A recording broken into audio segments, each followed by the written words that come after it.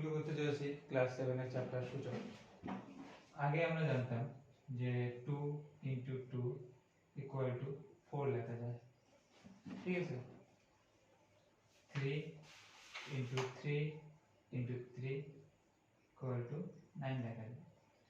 এই জিনিসটাকে এখন নতুন কিভাবে লেখা যাবে ওই সম্বন্ধে আইডিয়া নেব।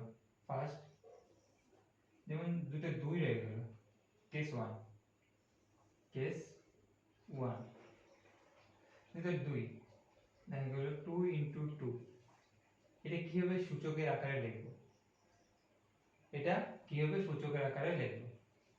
ফার্স্টে যদি 2 যদি থাকে তাহলে প্রথমে একটা 2 লিখে নিব। তারপরে দেখতে হবে যে কয়টা 2 আছে। যেহেতু এখানে দুটো 2 আছে তাই তার স্কয়ার আকারে লিখব, 2 স্কয়ার। একই রকম ভাবে যদি 2 * 2 * 2 * 2 তিনটা 2 থাকে সেই ক্ষেত্রে 2 ফার্স্টে লিখে নেব 2, তারপরে একটা, দুইটা, তিনটা 2 আছে তার জন্য 2 কিউব লেখা হবে। কয়টা 2 আছে? একটা, দুইটা, তিনটা, তার জন্য কি লেখা হলো 2^3। একে বলে পাওয়ার 3, 2 এর পাওয়ার 3। এখানে যেটা লেখা হবে সেটা হলো 2 এর পাওয়ার। এই পজিশনটাকে বলে পাওয়ার পজিশন। কি পজিশন বলে? পাওয়ার পজিশন।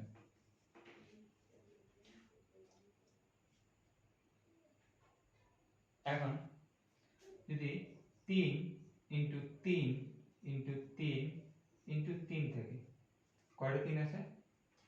চারটা 3 আছে।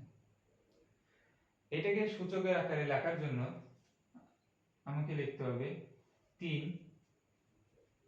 তার পাওয়ার 1 2 3 4। যেহেতু চারটা 3 আছে তাই এখানে 4 লিখতে হবে। সেম টু সেম একটা সংখ্যা দিলাম 5। 5 * 5 * 5 * 5 * 5 * 5। তাহলে কি সূচক আকারে লেখা হলে কিভাবে লিখতে হবে? সূচকের আকারে লিখতে হলে কিভাবে লিখতে হবে? প্রথমে 5 লিখতে হবে। 5 লিখলাম। তারপরে কয়টা 5 আছে? একটা, দুইটা, তিনটা, চারটা, পাঁচটা, তার উপরে 5। তাহলে হয়ে গেল 5^5। 5^5 মানে 5 এর পাওয়ার কত? 5। 5 এর পাওয়ার 5। একই রকম ভাবে ভেরিয়েবল নিলাম আমি a * a * a। এটাকে যদি আমি সূচকের আকারে লিখতে যাই তাহলে প্রথমে লিখতে হবে a। তারপরে যেহেতু তিনটা a আছে, কয়টা a আছে? তিনটা a আছে। তিনটা a থাকার জন্য তার পাওয়ার কত হয়ে যাবে? 3। পাওয়ার কত হবে? 3। যদি আমি এটাকে এভাবে করি a * a * a * a, এটা কিন্তু গুণন, মাল্টিপ্লিকেশন ইনটু a যদি করি তাহলে কয়টা a আছে? একটা, দুইটা, তিনটা, চারটা। চারটা a আছে। তাহলে a কে যদি সূচক আকারে লিখতে যাই তাহলে a, যেহেতু চারটা a আছে তাই 1 2 3 4, চারটা a আছে তাই এর পাওয়ার হবে 4। ঠিক আছে, এটা হলো কেস 1। এখন যদি এর পরিবর্তে আমি নিলাম x * x * x * x। কয়টা x নিলাম? চারটা x। তাহলে এটাকে কিভাবে লেখা যাবে? x^4। x^4 কত লিখব? x^4। এখন যদি y * y * y * y পাঁচটা y নেওয়া আছে। কয়টা y? একটা, দুইটা, তিনটা, চারটা, পাঁচটা। কয়টা y? পাঁচটা y নেওয়া আছে। তাহলে y এর পাওয়ার কত হবে? y^5 কত হবে? 5। y এর পাওয়ার হলো 5। পাওয়ারকে বাংলায় বলে ঘাত। পাওয়ারকে বাংলায় কি বলে? ঘাত। পাওয়ারকে বাংলায় কি বলে? ঘাত। তাহলে এখানে কয়টা ওয়াই আছে? একটা, দুইটা, তিনটা, চারটা, পাঁচটা। পাঁচটা ওয়াই যখন গুণ আকারে থাকবে, কি আকারে থাকবে? গুণ আকারে। গুণ আকারে যখন পাঁচটা ওয়াই থাকবে তখন তার পাওয়ার বা ঘাত কত হবে? 5, y টু দি পাওয়ার 5। এখন যদি y ইনটু x থাকে তাহলে কি গুণ করা যাবে? যাবে না, কারণ এই দুটা চলরাশি ডিফারেন্ট, মানে আলাদা আলাদা। যেহেতু এখানে y আর x দুই ধরনের চলরাশি আছে, তাই এটাকে সূচক আকারে লেখা যাবে না, তাই এটাকে লিখতে হবে x y। ঠিক আছে? ঠিক আছে। তারপরে লাস্ট সিনে আমরা কি করলাম? y into x into y আমরা লিখতে পারছি x y। যেহেতু যেহেতু দুইটা আলাদা আলাদা চলরাশি, আলাদা চলরাশি, চলরাশিকে ইংলিশে বলে ভ্যারিয়েবল। ভ্যারিয়েবল সম্বন্ধে পরের চ্যাপ্টারে আমরা আগে নেব। কিন্তু যেহেতু দুইটি আলাদা আলাদা চলরাশি, x আলাদা চলরাশি, y আলাদা চলরাশি, তাই এই দুটোকে গুণ করলে কোনো সময় তাদের পাওয়ার আকারে লেখা যাবে না, এটাকে লিখতে হবে জাস্ট x ইনটু y। এটুকুই, শেষ। এখন যদি এরকম থাকে x ইনটু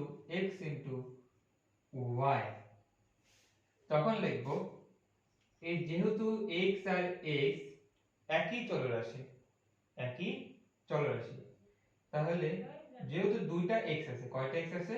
একটা, দুইটা x থাকার জন্য x স্কয়ার হয়ে যাবে, আর y টা y এর মতনই থেকে যাবে।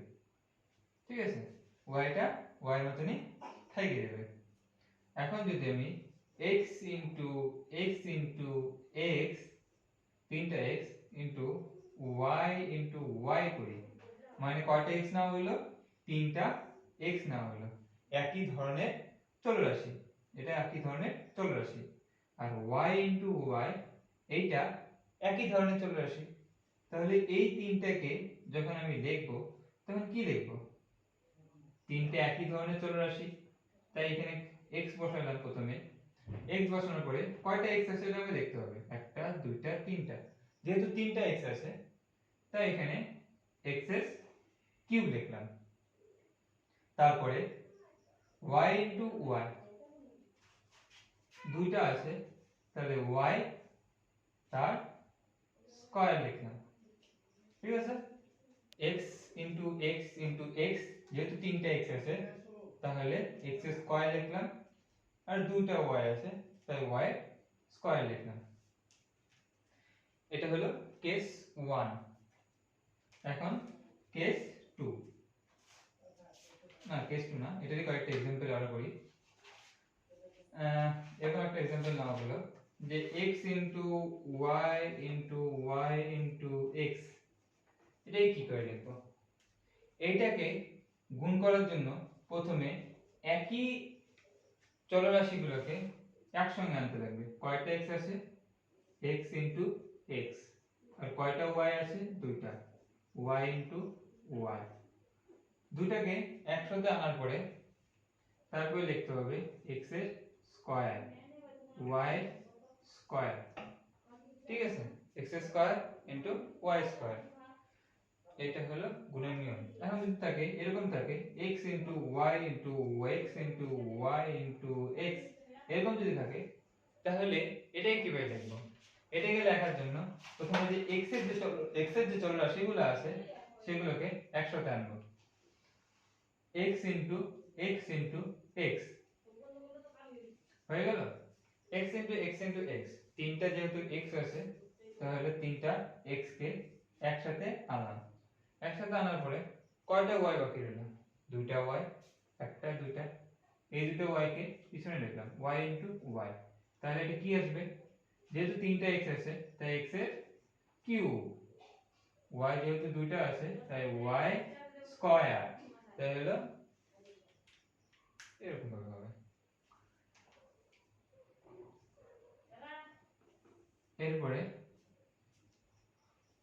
কি করলাম, x into y into z into x করে নিলাম। কি আছে, x y, x আছে ইন্টু y আছে ইন্টু z আছে ইন্টু x আছে।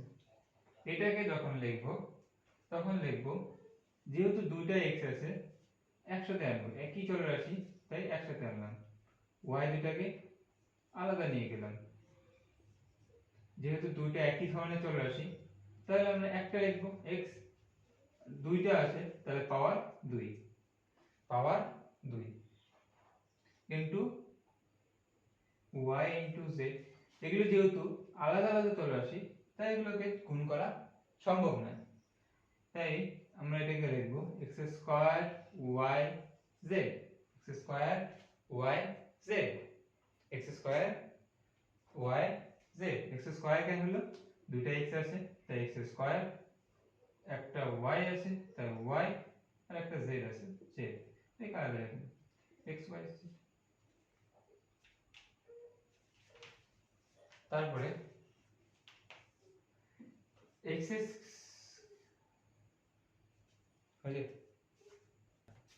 এবার করব কেস 2। কেস 2, এই কেসে কি করব, মনে করো একটা পাওয়ার দেওয়া আছে, এরকম ভাবে পাওয়ার দেওয়া থাকলো 2 স্কয়ার। এটাকে কিভাবে লেখা যায়, আগেই আমরা জানছি যে এরকম যদি থাকে, এটাকে লেখার জন্য আমাকে 2 ইনটু 2 লিখতে লাগবে। যেহেতু এটা 2 এর পাওয়ার মানে 2 এর ঘাত, তাহলে 2 দুইটাকে লিখবো, আর কয়টা 2 আছে উপরে 2টা, তাই 2 লিখবো।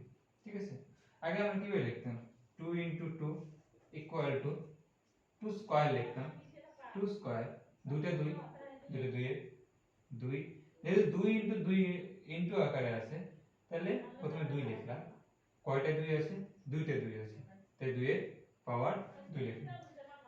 একই ভাবে এইটাকে খালি এই পাশে ঘুরে দিলাম, কি করলাম, এই পাশে ঘুরে দিলাম, যদি 2 টু দি পাওয়ার 2 এর পাওয়ার 3 থাকে সেই ক্ষেত্রে আমরা লিখব 2 ইনটু 2 ইনটু 2, মানে যেহেতু 2 এর পাওয়ার 3 আছে তাহলে কয়টা 2 এর গুণ আকারে লিখতে হবে, তিনটা 2, 1 2 3টা। যদি 2 এর পাওয়ার 4 থাকে তাহলে কয়টা 2 গুণ আকারে লিখতে হবে, তখন লিখতে হবে তিনটা 2, চারটা 2 সরি, 2 ইনটু 2 ইনটু 2 ইনটু 2, চারটা 2।